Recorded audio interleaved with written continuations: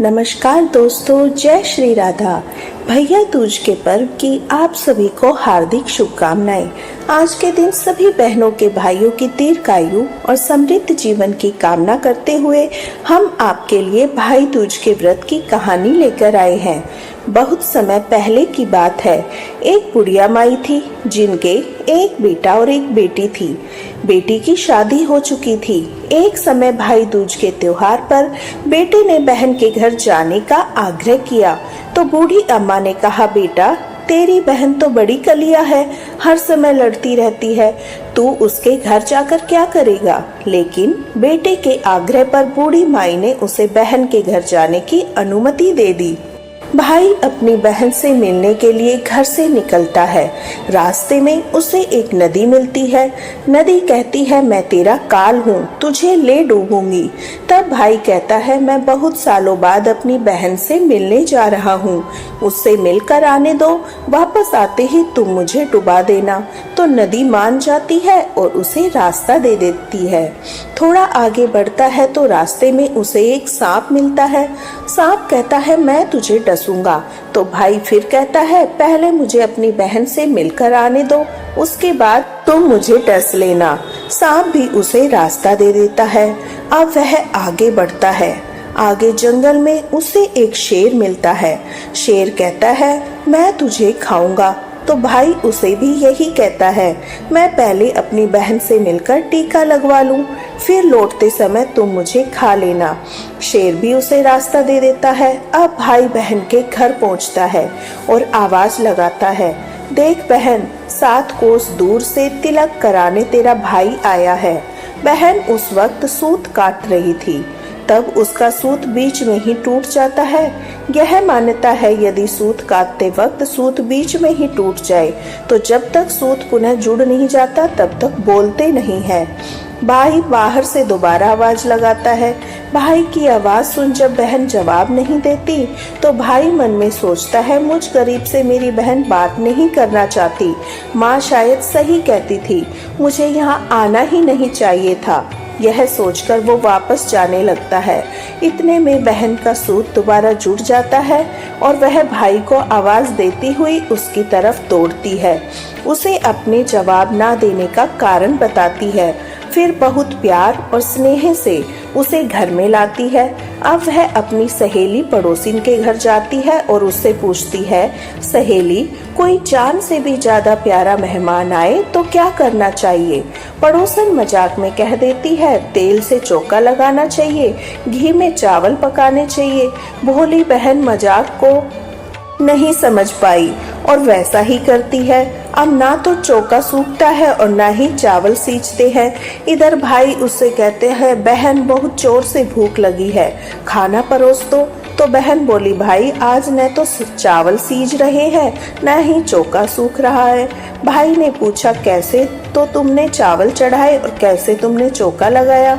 तो बहन ने बताया, मेरी सहेली पड़ोसिन से पूछा है, उसने कहा चांद से भी ज्यादा प्यारा मेहमान आए तो तेल का चौका लगाना चाहिए और घी में चावल चढ़ाने चाहिए।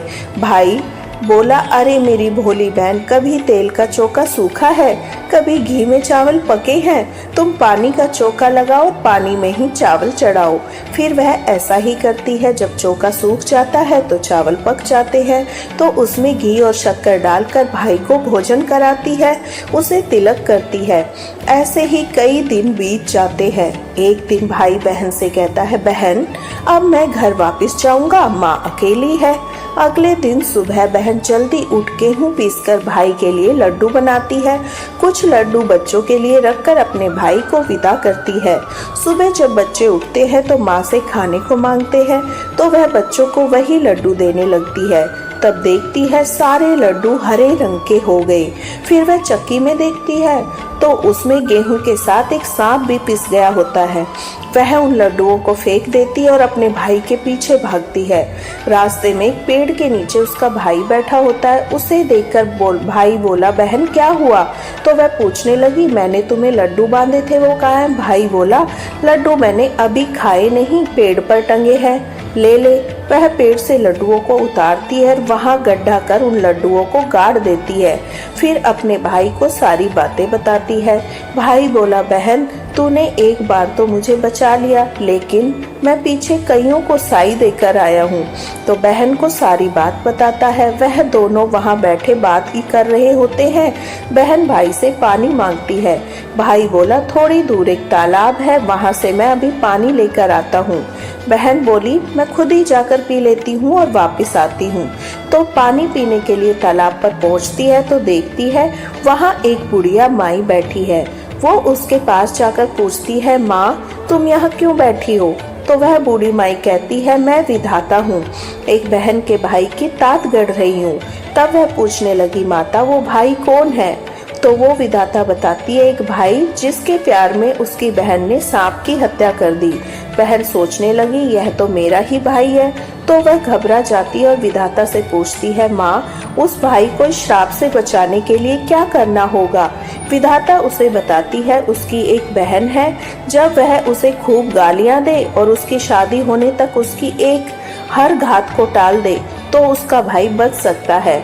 तो वो तुरंत अपने भाई के पास जाकर उससे कहती है, भाई मैं तुझे माँ के घर तक छोड़ने चलूंगी, अभी रुक, मैं अभी आती हूँ।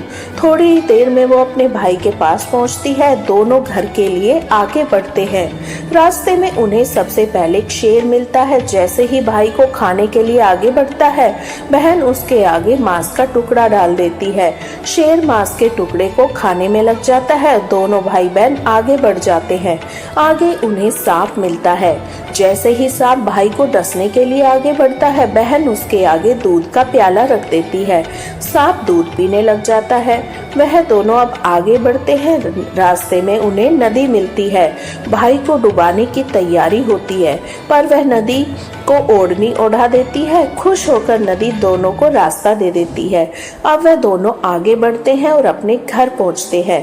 बेटी को देखकर माँ खुश हो जाती है, पर बहन उसी समय भाई को गाली देने लगती है।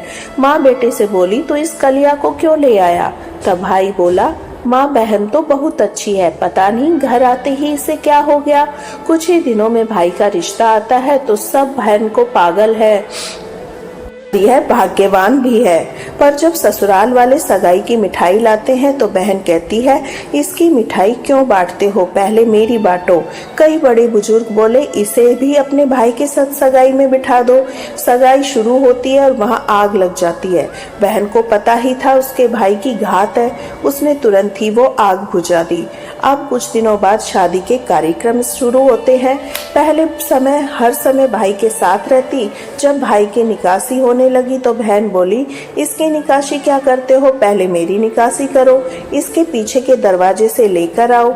बहन के इतना कहते ही आगे का दरवाजा टूटकर गिर जाता है। सब कहते हैं, भले ही बहन कलिया है पर बराबर भाई की जान बचा रही है। जब भाई फेरों में बैठता है तो फिर बहन कहती है, इसकी जगह मैं फेरों पर बैठूंगी। शादी के बाद जब दूल्हा दुल्हन की रात जागती है तो बहन कहती है, इसकी नहीं, पहले मेरी रात जगाओ। कई लोग बोले, बीच में पर्दा लगाकर इसे भी साथ में सुला दो। रात में जब भाई भाभी सो जाते हैं तब वहाँ एक सांप आता है। बहन तो तैयार ही बैठी थी, उसे पकड़कर टोकरी में रख देती है और सो जाती है। आज वह कई दिनों में निश्चिंत होकर सोई थी। उधर उसकी माँ सोचती है, बेटी के उठने से पहले ही मेहमानों को विदा कर देती हूँ, वरना फिर आकर शोर मचाएगी। जब बेटी उठकर देखती है तो घर में कोई भी नहीं है। तो माँ से पूछती है, माँ सब मेहमान कहाँ गए? तो माँ कहती है, बेटी सब मेहमानों को मैंने विदा कर दिया। तब बेटी बोली, सभी को वापस बुलाओ तभी मैं विदा होंगी। उसके कहने के अनुसार माँ सभी मेहमानों को वापस बुलाती है। तब वह माँ से बोली, माँ आज के दिन के लिए ही मैं पालने में पूत और चूल्हे पर दूध छोड़कर आई थी और पागल हो गई थी। मेरे इस भाई की 7 घात थी जो टालने के लिए मैं ऐसा कर रही थी। उसकी यह बात सुनकर माँ और भाई खुश हो जाते हैं। सबसे पहले अपनी बेटी को विदा करते हैं, उसके बाद ही मेहमानों को विदा करते हैं। इस दिन के बाद से ही हर बहन अपने भाई की लंबी उम्र की कामना से भाई दूज का त्योहार मनाने लगी। साथ ही यह कथा कहने लगी, भाई दूज मनाने से पहले भाई दूज की कथा का श्रवण अवश्य करना चाहिए।